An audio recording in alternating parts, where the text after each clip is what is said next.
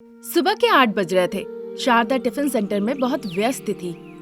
जिसे जो चाहिए था वो बना के देने में शारदा चूल्हे के पास बहुत व्यस्त थी। रमेश पड़ोसने में व्यस्त था। उधर प्रसाद सबसे पैसे लेकर बिल देने में काउंटर में व्यस्त थे। उस पूरे इलाके में ये सबसे बेहतर टिफिन सेंटर के नाम से जाना जाता था। जो पैसे लेके वो खाना देते थे उसमें कोई मिलावटी नहीं था। वो खाना खाते ही सभी को ऐसा लगता था मानो कि घर का खाना हो। शारदा, प्रसाद, रमेश बड़े दिल से ये काम करते थे।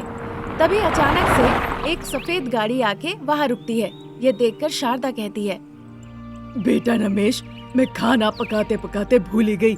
सफेद कार में सवार लोगों ने डोसा मांगा था। जाओ बेटा, जाके दे आओ। ठीक है माँ। इतना कह के रमेश बनाया हुआ डोसा ले जाता है सफेद कार के पास। वहाँ अनामिका इंतजार कर रही थी।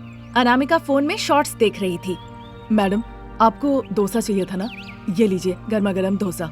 इतना कहकर रमेश ने अनामिका को डोसा दे दिया, पर अनामिका गुस्से से वो डोसा रमेश के मुंह पे फेंक दी। क्या मैं सड़क पे खड़ी होकर कचरा खाने वाली ऐसी लगती हूँ? हाँ, मैं मॉडल हूँ, मॉडल अनामिका। ये सब मैं नहीं खाती हूँ, जो इसे लेकर। सॉरी मैडम, गलती हो गई। ये लो, तुम्हारा ये सड़ा हुआ डोसा और चटनी के लिए ये ले जाओ। ऐसा कह के अनामिका रमेश के मुंह पे पैसा फेंक के देती है। रमेश को बहुत बुरा लगता है, वो रोने लगता है। फिर नीचे से पैसा उठा के रमेश जाके गरीब औरत को दे देता है। ये देखकर अनामिका गुस्से से वहाँ से चली जाती है। ठीक उसी रात 2 गुंडे अनामिका का पीछा करते हैं। अनामिका उनसे छुपने के लिए सीधा शारदा के टिफिन सेंटर में घुस जाती है। ठीक उसी वक्त शारदा घर जाने के लिए अपना टिफिन सेंटर बंद करने ही वाली थी। अनामिका आके उनसे मदद मांगने लगती है। शारदा अनामिका के साथ खड़ी हो जाती है। फिर प्रसाद और रमेश जाके उन गुंडों को भगाते हैं। वो गुंडे वहाँ से चले जाते हैं। मुझे बचाने के लिए बहुत बहुत शुक्रिया। उस दिन आपके बेटे के साथ बहुत बुरा बर्ताव किया था, उसके लिए आई एम सॉरी। मैं तो इस बारे में बहुत पहले ही भूल चुकी हूँ। वैसे तुम्हारा घर कहाँ है? तुम्हारी गाड़ी कहाँ है? अचानक से मेरी गाड़ी खराब हो गई। मैं टैक्सी के लिए इंतजार कर ही रही थी, तभी ये 2 गुंडे मेरा पीछा करने लगे। मैं वृंदावन कॉलोनी में रहती हूँ आंटी। मेरा बेटा तुम्हें जाके छोड़ आएगा, सावधान रहना। उसके बाद जल्दी से रमेश अपनी बाइक निकालता है। मॉडल अनामिका रमेश के बाइक पे पीछे बैठ जाती है। रमेश बाइक चलाने लगता है। बिल्कुल आधे घंटे के बाद रमेश जाके उसके घर पे छोड़ आता है। अनामिका पहले माफी मांगती है, फिर घर छोड़ने के लिए थैंक यू कहती है।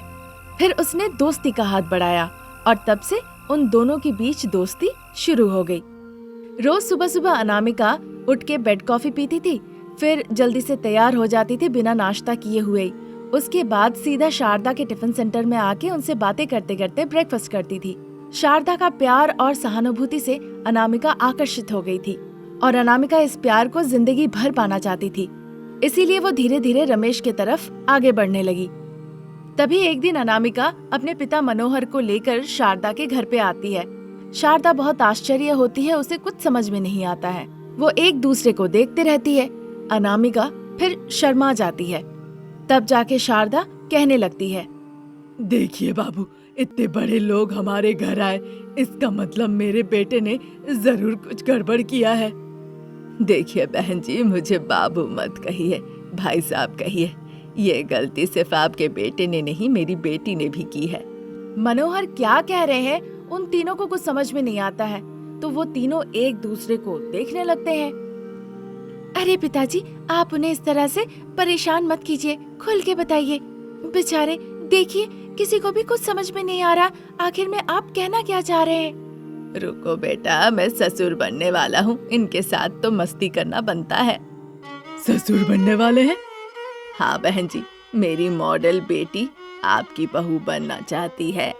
वो रमेश से प्यार करती है और अपनी पूरी जिंदगी आपका प्यार पाना चाहती है। अब आपको राजी होना ही पड़ेगा, कोई चारा नहीं है। ये सुनने के बाद शारदा और प्रसाद अपने बेटे रमेश को देखने लगते हैं। रमेश शर्मा जाता है। अनामिका से मैं भी प्यार करता हूँ पिताजी, रमेश ने कहा। अब चूंकि मनोहर अमीर था, इसीलिए बड़े धूमधाम से शादी हुई। फिर मनोहर रोते रोते अपनी बेटी के हाथ शारदा के हाथों दे दिए। चिंता मत कीजिए भाई साहब, अब आप अकेले क्यों रहेंगे? आप भी हमारे यहाँ आ जाइए, हम सब मिलके एक परिवार की तरह रहेंगे। जरूर आऊंगा, पर अभी नहीं दीदी। पिता के रूप में बेटी के लिए सारा फर्ज और जिम्मेदारी निभाने के बाद मैं जरूर आऊंगा। ऐसा कह के वो अनामिका को अपनी जिंदगी जीने के लिए भेज देते हैं। अनामिका अपने ससुराल में आती है। अनामिका अपनी सासू माँ शारदा से पूछती है कि अच्छी बहू बनने के लिए उसे क्या करना होगा। एक दिन सुबह सुबह 5 बजे अलार्म बजती है। सासू माँ शारदा नींद से उठ जाती है और अपने पति प्रसाद को भी उठाती है। प्रसाद नींद में ही कहने लगते हैं, आहा शारदा, अब कौन सा काम करना है? कोई काम तो है नहीं। आपको वॉक पे जाना है, डॉक्टर ने क्या कहा नहीं सुने? सुबह सुबह उठ के 1 घंटा चलिए, ऐसा नहीं करेंगे तो बहुत दिक्कत होगी। कहना बहुत आसान है, करना बहुत मुश्किल। देखिए जी, अगर आप वॉकिंग पे जाएंगे तो आपका पसंदीदा नाश्ता मिलेगा, नहीं तो करेला का जूस मिलेगा। तो आप खुद ही फैसला ले लीजिए, आपको क्या करना है, सुबह सुबह अच्छा नाश्ता या फिर जहर जैसा करेला का जूस पीना है। ऐसा कहते हुए शारदा कमरे से हॉल में आती है। पूरे घर में उसे अगरबत्ती की खुशबू आती है। पूजा रूम में अनामिका घंटी बजा के आरती कर रही थी। शारदा को संदेह होता है। वो घर से बाहर निकल आती है तो देखती है घर के बाहर रंग बिरंगा रंगोली डला हुआ है। शारदा अंदर आती है। तब तक प्रसाद और रमेश भी तैयार होके वॉकिंग पे जाने के लिए हॉल में आ जाते हैं। बहुत खुश होके शारदा कहती है, आपने हमारी मॉडल बहू रानी को देखा? एक तरफ वो मॉडलिंग की पढ़ाई की और दूसरी तरफ वो इतनी पारंपरिक है। ये तो नई पीढ़ी के लिए एक मिसाल है, मिसाल।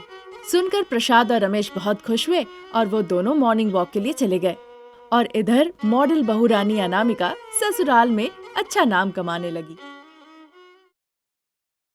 गोविंदपुर गांव में ऐसा कोई नहीं था जो सत्यानंद को ना जानता हो।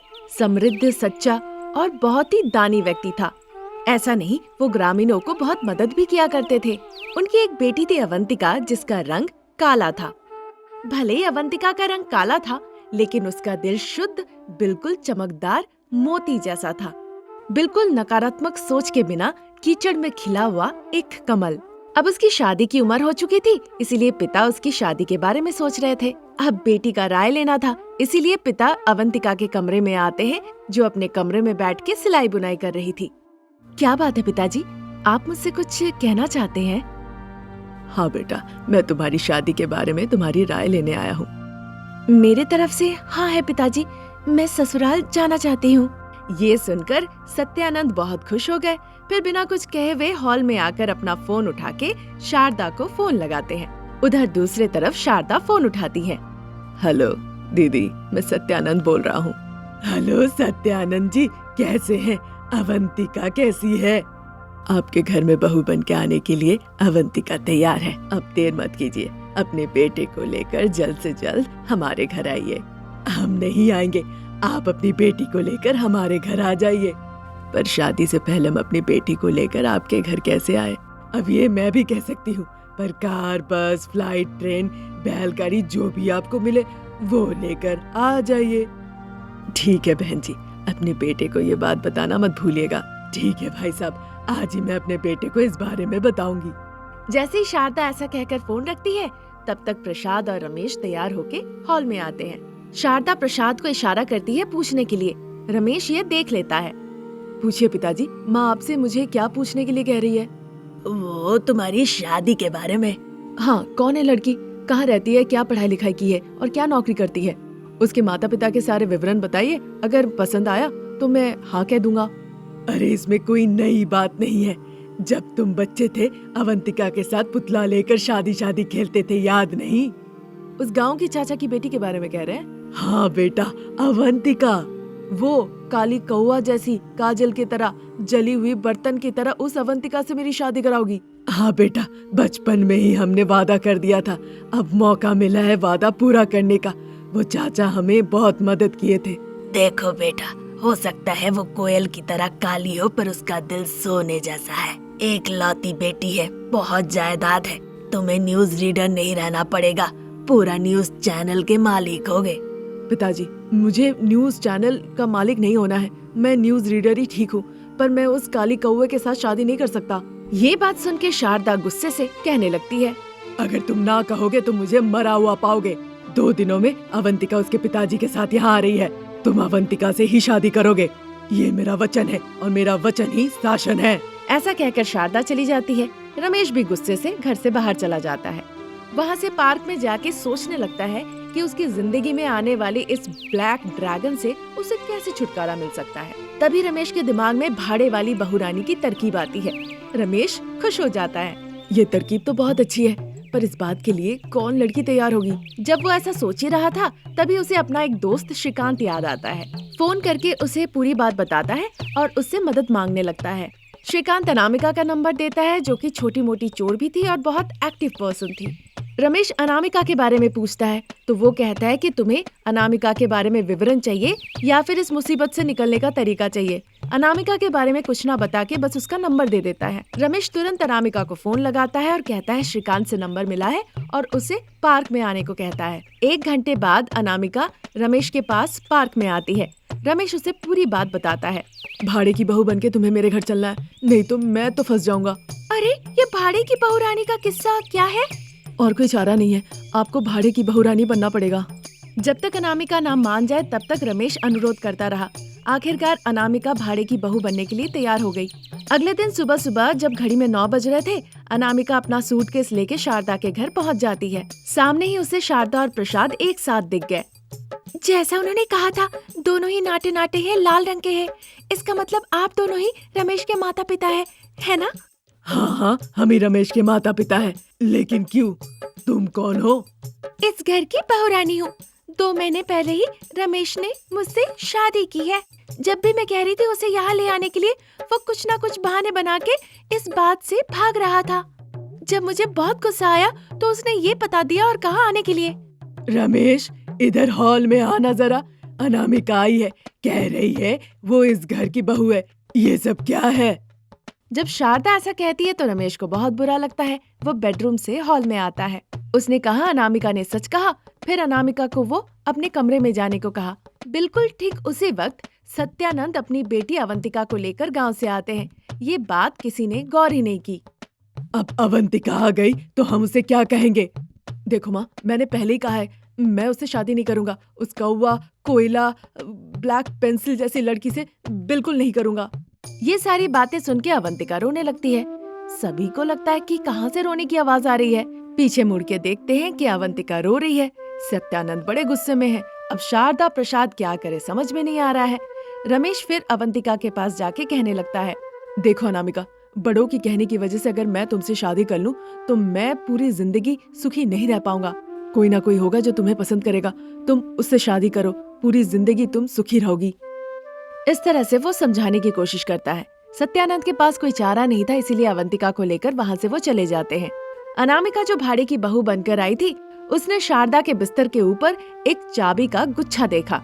वो देर ना करते हुए जल्दी से अलमारी खोल ली। फिर सारे जेवर, पैसे, बनारसी साड़ियाँ एक बैग में रखती है और जैसे ही देखती है कोई उसे नहीं देख रहा है, वो चाबी का गुच्छा वहीं पे रख के सारा सामान लेकर वहाँ से अनामिका निकल लेती है। अनामिका जो भाड़े की बहू बनकर आई थी वो तो चोर निकली। इस बात से रमेश, प्रसाद और शारदा जोर जोर से रोने लगे। देख लिया ना, शादी से बचने के लिए रमेश चोर अनामिका के हाथों फंस गया। अब रमेश घर का रहा न घाट का। अनामिका चोरी करके सारे पैसे, जेवर, साड़ी सब लेकर गायब हो गई और रमेश हाथ पे हाथ धरे बैठा रहा।